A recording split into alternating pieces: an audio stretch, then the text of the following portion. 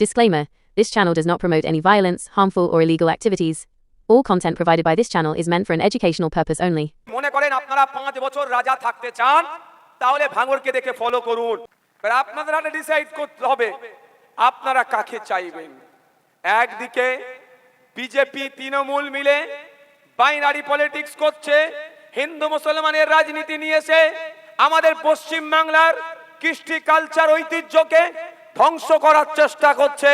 আর অপর দিকে এই কাজী নজরুলের মাটি, রবি ঠাকুরের মাটি, হাফিজ বিন নিসার আলীর মাটি, এই আপনার বসিরহাট আল্লামা হুজুরের মাটি, ফুরফুরার পীর আবু বকরের মাটি, এখান থেকে শুরু করে এই বাংলার পবিত্র মাটিকে রক্ষা করার দায়িত্ব আমাদের কাঁধে বর্তায়।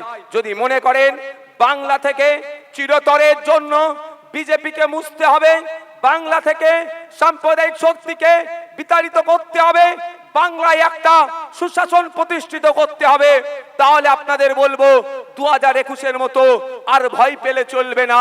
2021-এ আমাদের ভয় পাইয়ে দেওয়া হয়েছিল, এনআরসি সিএ করে দেশ থেকে তাড়িয়ে দেবে এই বলে আমাদের ভোটটাকে লুট করা হয়েছিল। আর আজকে 2026 আমাদের বুঝতে কারো আর অবকাশ নাই যে বিজেপি আর তৃণমূল আলাদা নয়, এরা একটা বৃন্দে দুইটি ফুল। সুতরাং এই ফুলকে আর বিশ্বাস করা যায় না। এই দুই ফুল মিলে বাংলার মানুষকে ফুল বানাচ্ছে তথা বোকা বানিয়ে দিচ্ছে। তাই বাংলার মানুষ এই দুই ফুলকে জবাব দেবে ইভিএম মেশিনের মাধ্যমে, ভোটের মাধ্যমে আগামী 29 এপ্রিল। এটা আশা করা যায় তো নাকি? 21 সালে কি বলেছিল? এনআরসি সিএ করে তাড়িয়ে দেবে। আমরা কি বলেছিলাম? অতটা হয়তো ভরসা আপনারা করতে পারেননি সেই সময়, যে কারো ক্ষমতা নাই। মোদিজি, অমিত শাহজি কেন, তার 14 পুরুষের ক্ষমতা নাই কাউকে, কোনো ভারতীয়কে দেশ থেকে তাড়াবার। বলেছিলাম তো? আপনারা বলুন লাস্ট 5 বছরে কতজন ভারতীয়কে তাড়িয়েছে? আমার জানা আমির শেখ মালদাতে পেল অর্ডার দিয়ে পারে ফেলে দিয়েছিল। শাসক অনেক গল্প শোনায়, কোনো ব্যবস্থা গ্রহণ করেনি। আমি যেদিন ওই আমির শেখের বাড়িতে পৌঁছেছিলাম, তার পরের দিনে দেখছি আমির শেখের পরিবারকে নিয়ে কলকাতা হাইকোর্টে মামলা করতে আসছে শাসক। বলেন, বুঝতে পেরেছেন? চাপটা তৈরি হয়েছিল বলে তো। আজকে যদি একটা বিধায়ক না থাকতো, বুলডোজার চালাতো বিজেপি তৃণমূল মিলে। এটুকু আপনি জানিয়ে রাখছেন, জেনে রাখুন। একটা বিধায়ক মিলে ওদের 293টাকে হিলিয়ে রাখছি আমরা। তা জানিয়ে দিতে চাই, আমি যেদিনকে গিয়েছিলাম তার 1 সপ্তাহের মধ্যে আমির শেখ কিন্তু বাড়িতে ফিরে এসেছিল। এটা ভাঙড়ের বিধায়কের ক্রেডিট, ভাঙড়ের মানুষের ক্রেডিট। এই যত রকম অনাচার অন্যায় যদি বন্ধ করতে চান, যেখানে আইন তৈরি হচ্ছে সেখানে আপনার লক্ষ্যে পাঠান। আপনি চাইছেন আম খাবো, জাম গাছ লাগালে কোনদিন আপনার আমের আশা করাটা ভুল হবে। আপনি চাইছেন আপনার উপরে অন্যায় হলে আইনসভার মধ্যে দাঁড়িয়ে আপনার হয়ে দুটো কথা বলবে। আপনি কৃষক, আপনার উৎপাদিত ফসলের সঠিক দাম পাচ্ছেন না, সঠিক দামের ব্যবস্থা করার জন্য কে বলবে? আপনার জনপ্রতিনিধি। যেখানে আইন তৈরি হচ্ছে, কিন্তু দুর্ভাগ্য আমাদের যাকে তৈরি করে ওখানে পাঠাচ্ছি সে শাসকের বিরুদ্ধে কথা বলার সাহস দেখাতে পারছে না, কারণ তার পেছনে টিউনিং করার জায়গা আছে।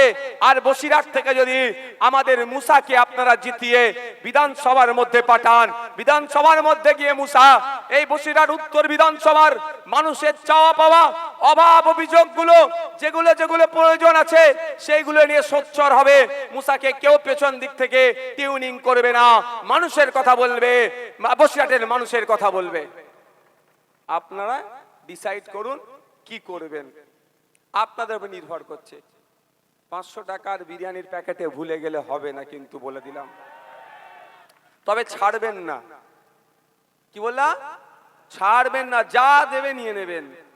এই সময় আপনারা রাজা আর প্রার্থীরা প্রজা, বুঝতে পারছেন? যা দেবে ছাড়বেন না। তবে যদি মনে করেন আপনারা 5 বছর রাজা থাকতে চান, তাহলে ভাঙড়কে দেখে ফলো করুন। 2011 থেকে 2021 ভাঙড়ে জানা উন্নয়ন হয়েছে। 21 থেকে 26 এই 5 বছরে প্রচুর গুণ বেশি উন্নয়ন হয়েছে। ব্যাপারটা হচ্ছে কেমন হয়েছে দেখুন, ফিতেটা কাটার দরকার ছিল আমার, তার পরিবর্তে শুধু অন্যজন ফিতে কাটছে, এতটুকু। এটা আমার একটুও রাগ নয়। আমি ভাঙড়ের বিধায়ক, আমার প্রথম কাজ কি হবে? ভাঙড়ের উন্নয়ন, তাই না? যেমন হোক করেও ভাঙড়ের উন্নয়ন হোক।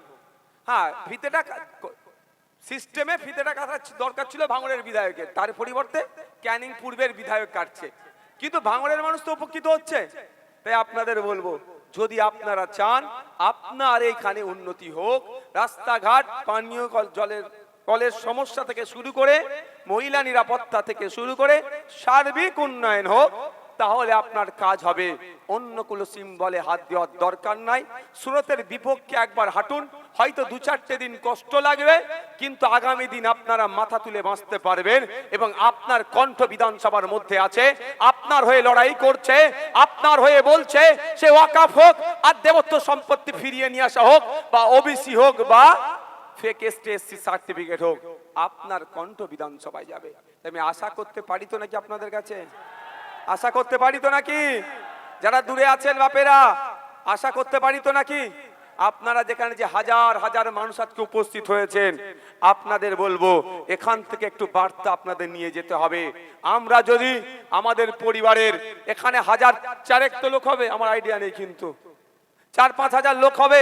আপনারা যদি নিজের পরিবারের 4 জন করে দায়িত্ব নেন, যে আমার পরিবারের হয় স্ত্রী আছে, স্বামী আছে, ছেলে আছে, মেয়ে আছে, ভাইপো আছে, ভাইজি আছে, আমরা আমাদের 5000 করে 5000 মানুষ আজকে এসেছি, আমরা দায়িত্ব নিয়ে 4 জন করে বুঝিয়ে আইএসএফ এর খামচি নিয়ে আসবো। তাহলে বলুন, আজকে এই জনসভা থেকেই আমরা 25,000 ভোট কিন্তু এগিয়ে যাচ্ছি অন্যদের তুলনায়। হয়তো দায়িত্ব নিতে হবে তো নাকি?